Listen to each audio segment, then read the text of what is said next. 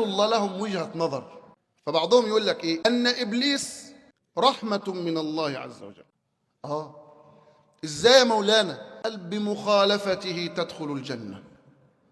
خلاص عرفت الطريق، عرفت مين عدوك وعرفت تخالفه، وبمخالفته تخش الجنة.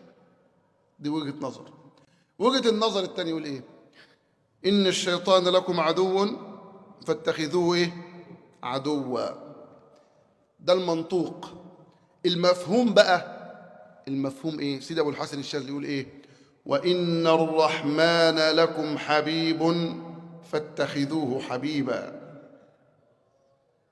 فقوم انشغلوا بعداوة الشيطان، وقوم انشغلوا بمحبة الرحمن فكفتهم محبة الرحمن عداوة الشيطان.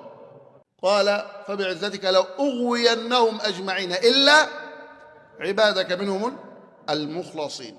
المخلصين دول اللي هم اللي بيحبوا ربنا وربنا بيحبهم، دول اللي ما فيش كلام معاهم دول. فخليك في الجانب ده، انشغل بمحبة الله عز وجل، حب ربنا.